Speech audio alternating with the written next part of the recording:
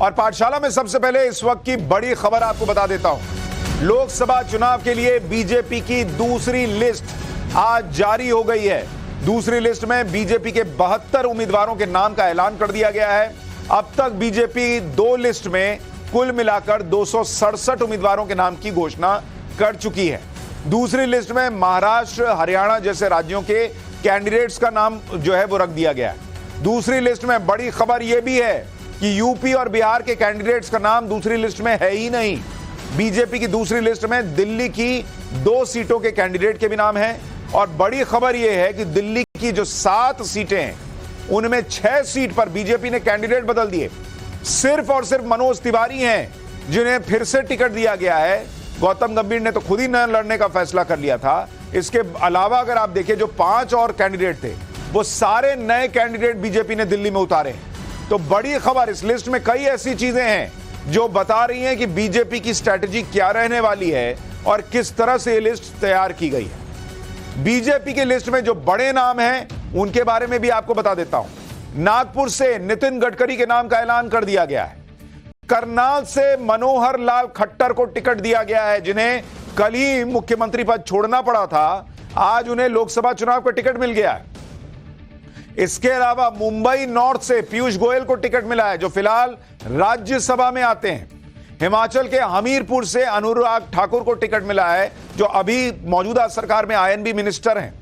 Bangalore south से तेजस्वी सूर्या को ticket दिया गया है। गढ़वाल से अनिल बलूनी को टिकट मिला है। कर्नाटक के धारवाड़ से प्रहलाद जोशी और महाराष्ट्र के बीड़ से पंकजा मुंडे का नाम है। ये कुछ बड़े नाम, कुछ बड़े चेहरे जिनके बारे में मैं आपको सबसे पहले बता रहा हूं। लेकिन अब आपको राज्यवार बताता हूं कि कहां किसको सीटें मिली और क्यों मिली। जैसे अगर आप देखिएगा, दिल्ली की 2 सीटों से बीजेपी ने नए चेहरे उतार दिए। पूर्वी दिल्ली की सीट से क्रिकेटर गौतम गंभीर की जगह हर्ष मल्होत्रा को टिकट दिया गया। नॉर्थ वेस्ट दिल्ली में सिंगर हंसराज हंस का टिकट कट गया, उनकी धुन बिगड़ गई और उनकी जगह पर योगेंद्र चंदोलिया को टिकट मिला है। दिल्ली से ये दोनों उम्मीदवार बीजेपी के नेता हैं और मेयर रह चुके हैं। दिल्ली में जिन 2 सीटों पर बीजेपी ने उम्मीदवार उतारे हैं उनका मुकाबला किससे होगा वो भी सुन लीजिए। ईस्ट दिल्ली से आम आदमी पार्टी के कुलदीप कुमार और बीजेपी के हर्ष मल्होत्रा के बीच मुकाबला होने जा रहा है। यानी ये आम आदमी पार्टी वर्सेस बीजेपी का मुकाबला होगा। ये दोनों कैंडिडेट आपके सामने रख दिए। इसके अलावा नॉर्थ वेस्ट दिल्ली से बीजेपी के योगेंद्र चंदोलिया और उनके सामने कांग्रेस का कोई उम्मीदवार होगा। यह सीट कांग्रेस के खाते में गई है, लेकिन कांग्रेस ने कैंडिडेट की घोषणा भी की नहीं है। अब दिलचस्प बात यह है कि दिल्ली की 7 सीटों पर 6 ऐसे कैंडिडेट हैं कम से कम, जो इस बार बीजेपी ने नए चेहरों पर दांव लगाया। 7 सांसद जो पिछली बार चुनकर आए थे दिल्ली में, उसमें से सिर्फ मनोज तिवारी को इस बार रिपीट किया गया है। बाकी सारे नए चेहरे हैं। जैसे चांदनी चौक से प्रवीण खंडेलवाल को उतार दिया गया है। नई दिल्ली से बांसुरी स्वराज, सुषमा स्वराज की बेटी हैं, उनको टिकट दिया गया है। दक्षिणी दिल्ली से रामवीर सिंह बिधूड़ी, उन्हें टिकट मिला है। पश्चिमी दिल्ली से कमलजीत सहरावत, उन्हें टिकट दिया गया है। पूर्वी दिल्ली से हर्ष मल्होत्रा के नाम का आज ऐलान हो गया। नॉर्थ वेस्ट दिल्ली से योगेंद्र चंदोलिया के नाम का ऐलान हो गया। एकमात्र मनोज तिवारी हैं जो अपनी टिकट बचा पाए। यानी कम से कम अगर परफॉर्मेंस के हिसाब से हुआ है तो आप कहिए कि मनोज तिवारी का परफॉर्मेंस ऐसा रहा है कि उनको रिपीट किया गया। और कई लोग तो यह भी कहते हैं कि मनोज तिवारी का यही परफॉर्मेंस है कि दिल्ली में उनको अध्यक्ष भी बनाया गया था, लेकिन बीजेपी की इंटरनल फाइट में लोगों ने उनका ही पत्ता काटना शुरू कर दिया, वरना वो आम आदमी पार्टी को कड़ी टक्कर दे सकते थे। कल से हरियाणा की राजनीति की भी खूब चर्चा हो रही है। बीजेपी ने हरियाणा की 10 में से 6 सीटों पर आज कैंडिडेट उतार दिए और सबसे चौंकाने वाला नाम था मनोहर लाल खट्टर का, जिन्हें लेकर कल से चर्चा तो थी कि उन्हें सीएम पद से हटा दिया गया है, अब उन्हें उनका क्या होगा, नरेंद्र मोदी ने उनका पत्ता काट दिया वगैरह वगैरह। लेकिन आज बीजेपी ने मनोहर लाल खट्टर को करनाल से लोकसभा का टिकट दे दिया। मनोहर लाल खट्टर करनाल विधानसभा सीट से विधायक हुआ करते थे। खट्टर ने कल सीएम की कुर्सी छोड़ी और आज ही मनोहर लाल खट्टर ने करनाल से विधायक पद से इस्तीफा भी दिया। करनाल से बीजेपी ने मौजूदा सांसद संजय भाटिया की जगह पर मनोहर लाल खट्टर को टिकट दिया है। अच्छा, जिनके जगह पर टिकट मिला है भाटिया जी, संजय भाटिया, वो बड़े अंतर से करनाल की सीट जीते थे। लेकिन बावजूद इसके मनोहर लाल खट्टर को उस सीट का मिलना यह दिखाता है कि मनोहर लाल को खट्टर को हटाने की वजह उनसे नाराजगी या उनका काम ना करना यह वजह नहीं थी। हरियाणा में लोकसभा की 10 सीटें और सिर्फ 4 सीटें ऐसी बची हैं जिनमें अभी बीजेपी ने कैंडिडेट नहीं उतारे। मनोहर लाल खट्टर के अलावा जिन लोगों को हरियाणा में बीजेपी ने टिकट दिया है उनमें सिरसा से अशोक तंवर का नाम है, जो एक वक्त में कांग्रेस में थे और राहुल गांधी के करीबी हुआ करते थे। सिरसा से बीजेपी ने मौजूदा सांसद सुनीता दुग्गल की जगह पर अशोक तंवर को चुनावी मैदान में उतारा है। अशोक तंवर 2019 में सिरसा सीट पर ही कांग्रेस के टिकट पर लड़े थे और सुनीता दुग्गल से हार गए थे और इस बार वो बीजेपी के कैंडिडेट बन गए। इसके अलावा हरियाणा में कई सीटों पर मौजूदा सांसदों को रिपीट किया गया है, जैसे गुड़गांव से मौजूदा सांसद राव इंद्रजीत सिंह को टिकट दे दिया गया। फरीदाबाद से मौजूदा सांसद कृष्णपाल गुर्जर को टिकट मिला है। भिवानी महेंद्रगढ़ सीट से मौजूदा सांसद हैं चौधरी धर्मवीर सिंह, उन पर फिर से भरोसा जताया गया। अंबाला से बीजेपी ने अपने दिवंगत सांसद रत्नलाल कटारिया की पत्नी बंतो कटारिया को टिकट दिया। यह हो गई हरियाणा की बात, मनोहर लाल खट्टर की बात। अब एक और बड़े नेता के बारे में बताता हूं। बीजेपी की लिस्ट में नितिन गडकरी का नाम भी आज शामिल है, जिनका नाम बीजेपी की पहली लिस्ट में नहीं था। तो तमाम तरह की बातें चलने लग गई। उद्धव ठाकरे जैसे नेता जो हैं वो गडकरी को ऑफर देने लग गए कि गडकरी विपक्ष के गठबंधन में आ जाए, उनको टिकट मिल जाएगा, जैसे इनको टिकट ही नहीं मिलना था। लेकिन गडकरी ने उद्धव के इस बयान को हास्यास्पद बताया था और कह दिया था कि बीजेपी में चुनाव का टिकट देने का एक सिस्टम है बॉस, और उसी सिस्टम के तहत टिकट मिलता है। आज गडकरी का नाम बीजेपी की दूसरी लिस्ट में आ गया और उन्हें नागपुर की सीट से फिर से टिकट दिया गया है। अच्छा, कुछ लोग यह भी कह रहे हैं कि भाई जिस वक्त पहली लिस्ट आई उस वक्त महाराष्ट्र में सीट शेयरिंग हुई नहीं थी, तो नागपुर की सीट पर गडकरी के नाम का ऐलान कैसे कर देते, इसलिए इंतजार किया जा रहा था। अब महाराष्ट्र में क्या हो गया है सीटों को लेकर वो आगे बताऊंगा। बीजेपी की दूसरी लिस्ट में महाराष्ट्र से जो सरप्राइज करने वाले नाम हैं उनमें पीयूष गोयल का नाम भी है, जो पहली बार लोकसभा चुनाव लड़ेंगे। पीयूष गोयल मुंबई की high profile Mumbai north seat से चुनाव लड़ने के लिए उतारे गए। उन्हें बीजेपी के मौजूदा सांसद गोपाल शेट्टी की जगह पर टिकट दिया गया है। मुंबई नॉर्थ सीट पर 2019 के चुनाव में कांग्रेस ने एक्टर उर्मिला मातोंडकर को टिकट दिया था, जो 4.5 लाख से ज्यादा वोटों से हार गई। मुंबई नॉर्थ सीट बीजेपी की सेफ सीट मानी जाती है और यहां से इस बार पीयूष गोयल को टिकट मिला है। महाराष्ट्र से बीजेपी ने 20 सीटों पर कैंडिडेट के नाम की घोषणा कर दी। महाराष्ट्र में सीट शेयरिंग पहले ही तय हो चुकी है, अब इसका औपचारिक ऐलान ही बचा है, क्योंकि भाई वहां पर 48 सीट है और आपने 20 पे कैंडिडेट उतार दिए, इसका मतलब अंदर चीजें डन है, सीट शेयरिंग तय हो चुकी है। इसका कंफर्मेशन इसी बात से ही हो जा रहा है ना भाई, कि अपनी सीटों पर कैंडिडेट बीजेपी ने घोषित कर दिए, 20-20 कैंडिडेट उतार दिए। अगर सीट शेयरिंग नहीं तय हुई होती तो ऐसा थोड़ी होता। सूत्रों के मुताबिक महाराष्ट्र में सीट शेयरिंग पर जो बात फाइनल हुई है उसके मुताबिक जो 48 लोकसभा सीटें महाराष्ट्र में हैं उनमें से 31 पर बीजेपी कैंडिडेट उतारेगी। शिंदे गुट की जो शिवसेना है उसको 13 सीटें दी गई हैं। अजीत पवार की एनसीपी को 4 सीटों पर उम्मीदवार उतारने का मौका दिया गया। मुंबई की 6 सीटों में से कहा जा रहा है कि 5 पर बीजेपी लड़ेगी। बीजेपी की दूसरी लिस्ट से उत्तराखंड से भी 2 नाम हैं, जैसे गढ़वाल से बीजेपी के national media head Anil Baluni को टिकट दिया गया है। इनके सामने कांग्रेस के पूर्व प्रदेश अध्यक्ष गणेश गोदियाल चुनावी मैदान में होंगे। हरिद्वार सीट से पूर्व सीएम त्रिवेंद्र सिंह रावत को टिकट मिला है। हरिद्वार सीट पर कांग्रेस से हरीश रावत के चुनाव लड़ने की चर्चा है, तो अगर उनका नाम अनाउंस हुआ तो 2 पूर्व मुख्यमंत्रियों की लड़ाई होगी। उत्तराखंड की 5 सीट पर बीजेपी ने अब अपने कैंडिडेट के नाम की घोषणा कर दी है। कांग्रेस ने कल उत्तराखंड की 3 सीटों पर कैंडिडेट के नाम घोषित किए। कर्नाटक से बीजेपी ने जिन बड़े चेहरों को उतारा है उनके बारे में भी सुनिए। उनमें पूर्व मुख्यमंत्री बसवराज बोम्मई को हावेरी सीट से टिकट मिला है। पूर्व सीएम येदियुरप्पा के बेटे बीवाई राघवेंद्र को शिमोगा से टिकट दिया गया है। मैसूर के मौजूदा सांसद प्रताप सिम्हा का टिकट कट गया है।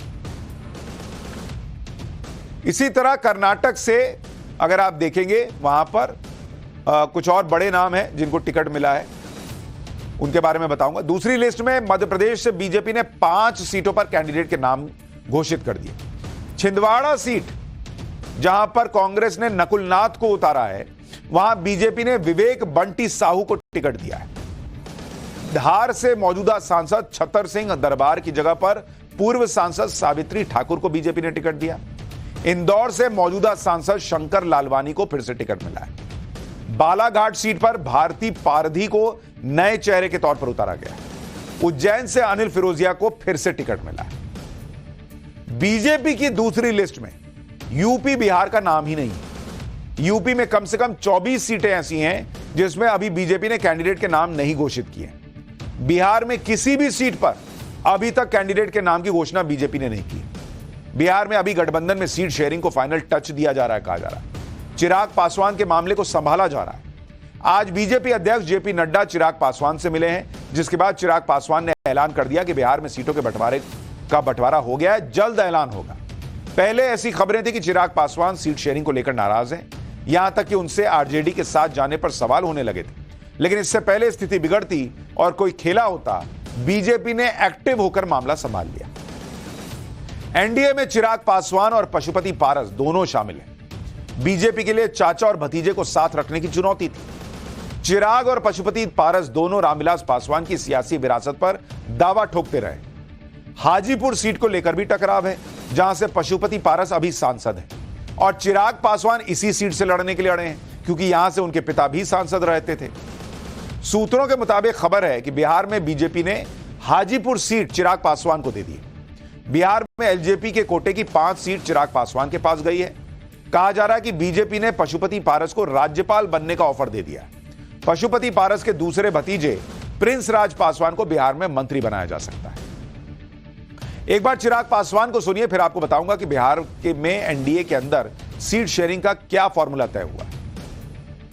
लोकसभा चुनाव को लेकर आज जब सीटों का बंटवारा हो चुका है, गठबंधन का स्वरूप पूरी तरीके से तैयार हो चुका है। आने वाले दिनों में लोक जनशक्ति पार्टी रामविलास सिर्फ और सिर्फ एक ही लक्ष्य के साथ इस रण में उतरेगी कि बिहार की 40 सीटें हमारा एनडीए गठबंधन जीतेगा। मुझे नहीं पता कि वो गठबंधन का हिस्सा है नहीं है, ना ही वो मेरी चिंता में है।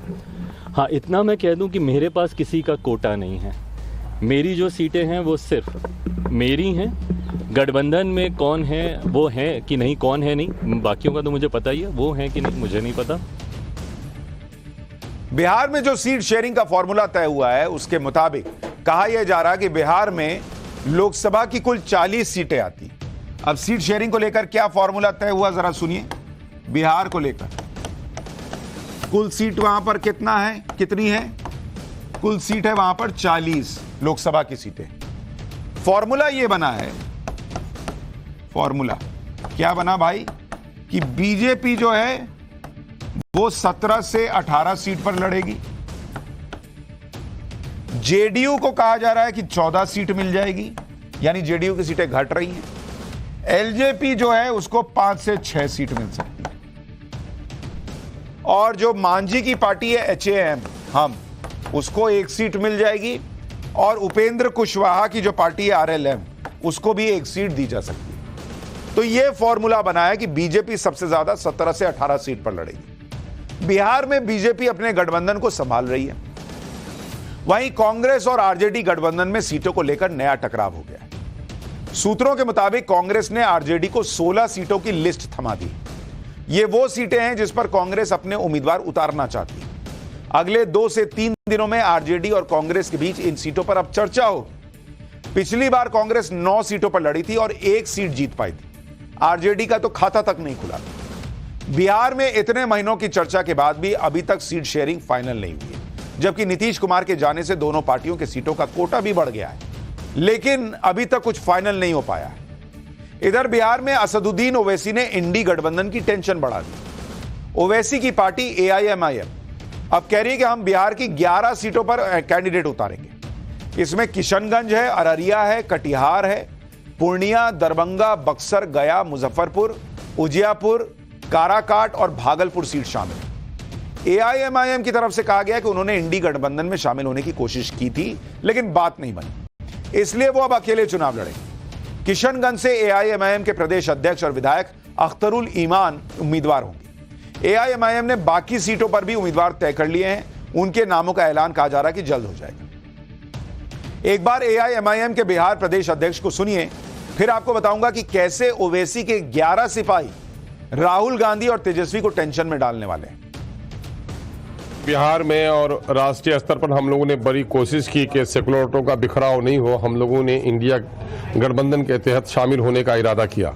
हर चंद के इन लोगों ने हमारे सीने पे खंजर भी घोंपा, हमारे लोग तोड़ लिए गए। लेकिन राष्ट्र हित में, दलितों के हित में, अक़लियतों के हित में ज़रूरी है कि मैं उनका साथ देता। हम लोगों ने बड़ी कोशिश की, लेकिन अब भी ढाक के 3 पात हैं। ये सारी पार्टियां ये चाहती हैं कि दलितों और अक़लियतों का वोट लें, लेकिन इनको कहीं भी प्रतिनिधित्व में हिस्सेदारी न दें। बिहार में ओवैसी की एंट्री से कांग्रेस आरजेडी गठबंधन के लिए मुस्लिम वोटों के बंटने का खतरा बढ़ जाएगा। इसे आप बिहार की किशनगंज सीट के उदाहरण से ही समझ सकते हैं, जहां एआईएमआईएम के आने से कांग्रेस सीधे सीधे टेंशन में आ गई, क्योंकि 2019 लोकसभा चुनाव बिहार में कांग्रेस सिर्फ किशनगंज सीट ही जीत पाई थी और इस बार भी ओवैसी ने यहां से अपना उम्मीदवार उतार दिया। किशनगंज सीट पर 68% मुस्लिम आबादी है। यह सीट कांग्रेस का गढ़ कही जाती है। 2009-2014 में भी कांग्रेस ने यहां से ही जीता था चुनाव। पिछले चुनाव में यहां से कांग्रेस के मोहम्मद जावेद सिर्फ 32,551 वोट के अंतर से जीते। उन्हें 3,67,000 वोट मिले और एआईएमआईएम के उम्मीदवार अख्तरुल ईमान तीसरे नंबर पर थे और उन्हें 2,95,000 वोट मिले थे। यानी कांग्रेस उम्मीदवार से 72,000 वोट कम। इस सीट पर ओवैसी के उम्मीदवार उतारने से कांग्रेस के मुस्लिम वोट बैंक में सेंध लग सकती है माना जा रहा। बिहार की दूसरी जिन सीटों पर ओवैसी कांग्रेस और आरजेडी का खेल बिगाड़ सकते हैं, उसमें ज्यादातर वो सीटें हैं जहां मुस्लिम वोटर्स का इंपैक्ट है, जैसे अररिया, कटिहार, पूर्णिया। ये वो सीटें हैं जहां 30% से ज्यादा मुस्लिम वोट। इसके अलावा दरभंगा में 22%, भागलपुर में 15%, मुजफ्फरपुर में 12%, उजियापुर में 6%, काराकाट में 9% मुस्लिम वोटर्स हैं। आरजेडी के लिए तो चुनाव में एमवाई फैक्टर काम करता है, यानी यादव और मुस्लिम। लेकिन ओवैसी के आने से मुस्लिम वोटों का बिखराव होगा। ओवैसी की पार्टी को इसलिए भी हल्के में नहीं लिया जा सकता क्योंकि विधानसभा चुनाव में भी एआईएमआईएम की पार्टी ने 5 विधानसभा सीटें जीतकर सबको चौंका दिया था। यानी पूरी तरह से गेम खुल गया है। बीजेपी कैंडिडेट पर कैंडिडेट उतारी है। इंडी गठबंधन में कई जगहों पर अभी भी कैंडिडेट नहीं उतरे हैं और ओवैसी की एंट्री से बड़ा खेला हो सकता है।